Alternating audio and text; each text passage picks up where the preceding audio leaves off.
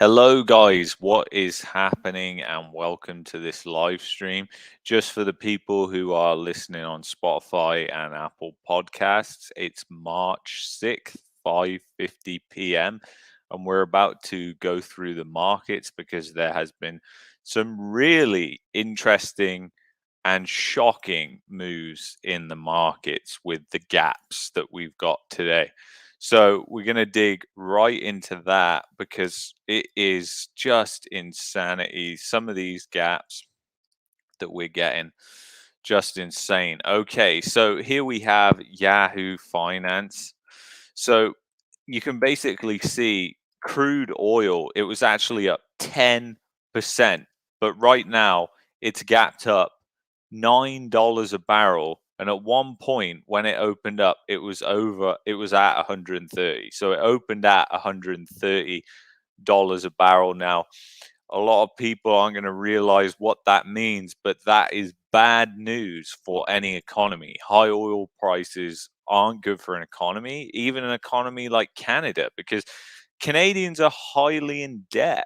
And the fact is, there's only so much pipeline capacity that we have, and we're already at that capacity. We're facing those capacity limits thanks to the US President Joe Biden, who canceled the Keystone pipeline, and that would have really helped at least get some of the oil out there. But another problem is refineries. For those of you that don't know, and it's good to know this, Alberta, basically, most of the oil that comes out of Alberta is heavy crude. And basically, light crude is easier to refine. There's more refineries that accept light crude. There's only a couple of refineries that accept heavy crude, which is sour, and it's hard to refine. It takes a lot of energy. That's why it's priced lower than sweet varieties of crude, which are lighter oils. So the thing is, like even with the pipeline capacity, again, it's like refining capabilities. What refining capabilities do we have? But this is really getting to a point now where I'm watching this and thinking we are close to an outright collapse. The markets are just, there is so much fear out there right now. I haven't looked what is going on with the futures for the stock indexes, but they're probably down because if oil and gold are up, it's usually, yeah. So the Nasdaq's off nearly 2%. The Dow's down 1%. S&P off 1.5%. These are just gaps, guys. These are literally just gaps. This is huge. Like, trading volume is very light during this sort of time. I mean, the Asian markets haven't even opened yet for Monday. So, like, the volume when the futures market opens around this time is very, very light. To get these kind of moves and gaps is just insanity, especially in the oil market, because that is a huge, huge market. And we are well up. And then you've got gold, which is also flying high. I think it was up 1%. Silver's up 1.2%. Gold is now up 1.3%. Even more people, the gold gap was at 1%. It's now at 1.3%. So it's knocking on the door of $2,000. I thought, hey, it's going to be knocking on that door around the inflation CPI print that is coming this week. US inflation is coming this week. So it's going to be incredibly interesting. I think we will see a power move through 2000 because you're going to need some momentum to break that number. But gold, look where gold has come from since literally just January, just the end of January. Gold has absolutely took off. And I've been singing the song of gold for a long, long time. Gold, silver. Everybody needs to own physical gold and silver, in my opinion. That's not financial advice. But Brent is more, yeah, I think I got Brent on here somewhere. Yeah, Brent. 129. So Brent opened up at 136 a barrel. So this is just absolute calamity right now. The thing is, if you look at the gasoline futures, which I'm going to take you over to right now, if you look at gasoline futures, this goes all the way back, like where we peaked out in 2008. It goes all the way back into the 1980s, and you can see, guys, that where we are on gasoline futures is insanity. And anybody who trades knows that a candle like this is not a good sign, but we'll have to wait to see where that close. We're on a monthly chart, so it's not going to be closed for a while. But this kind of move is just insane, to say the least. So I I mean, I am shocked. We are now all-time highs for gas prices. So gas prices, if you thought they were high last week, they're going to go even higher. This is we took out that level within the week, the 2008 level, and we're now all-time highs. So there's no, it's unknown, because until these issues are fixed, which I don't think they're going to be fixed very time. I mean, even if they dropped all the sanctions, worked out something with Ukraine right now, there is still a massive backlog. I mean, they have screwed up the supply chain so made it so many more times worse than it was before all this. So I think it's really insane. Yeah, and it will be interesting to see how the bonds act. But it is just, I mean, people right now need to just, in my opinion, be saving their money, hunkering down, because, make sure you're properly hedged, make sure you're not just in cash, make sure you have some form of store of value and you research what that's all about. Make sure you're not holding a load of cash, which could catch fire. And this is why I said about hyperinflation, if it once people start to see prices move this quickly, it's not a good sign. And the thing is that people seem to forget is hyperinflation is mostly psychological. It's a psychological spiral of people expecting these higher and higher prices that leads to panic. And I can just tell that everybody is on the edge of panic right now, especially like people, those like myself and you guys, maybe, who are looking at financial markets, are thinking, wow, this is insane. Like credit default swaps are going parabolic, and that's just insurance for essentially balance sheet. It's just insurance policies basically for debt that these institutions take on.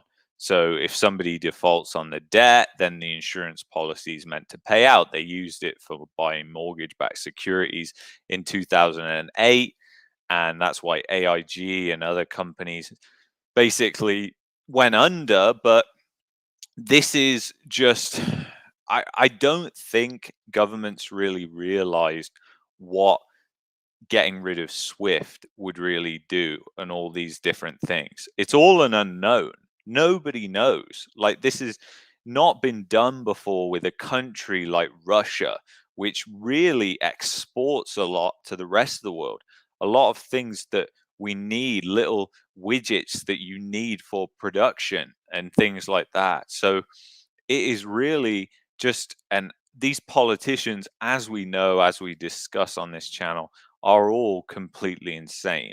But this is getting to a level now where the general public is even starting to ask the question, what is going on with my gas bill? When you look on Twitter, like, gas prices are trending. People are blaming politicians for this, and rightly so, because they definitely have contributed to this massively, massively, especially Joe Biden. So, and Trudeau, to be honest, equally as bad, just a mess he's created with the Trans Mountain pipeline. But the the thing is, guys, this doesn't lead to a good place. Like, it really doesn't. I I don't see a good scenario, and I wish there was, because I try and always think of the like some sort of optimistic way of how this situation is going to end good. And the reason we've been kind of, I guess, changing directions from real estate is because real estate is the least of people's worries right now. I mean, those people, they're burnt, they're done. They don't know it yet, but they're done. They had their shot. They're going to find out within the next 6 to 12 months how stupid central banks are, how stupid politicians are, and that they don't care about them. And that's the reality of it. Central banks are just going to hike rates and hike rates and hike rates, and they're going to try and keep inflation down. They're going to fight. They will go to war with inflation. They will try. They've done it before. They've already said in their own words that they're going to do it. And they know that at some point they're going to start to panic and start to think, oh my God, are we losing our credibility? Are we losing control of the monetary value? Like, is the monetary value just going down so much now that it's going to go into a a, a doom loop like Gresham's law? So it is nuts where we are right now. And I just think we all need to take a step back, just look at things, kind of refresh and think, what do I need to be doing for my personal situation? Because I care immensely about you guys and everyone else out there. And the thing is, you really just got to make sure you've got all your bases covered for in an eventuality. Hyperinflation is not a high probability, just to let you know. Still a low probability, but the probability is increasing quite a lot every week. And that's the scary thing. So, because if you allow it to go on for too long, it just compounds, and it takes a year and then we're there.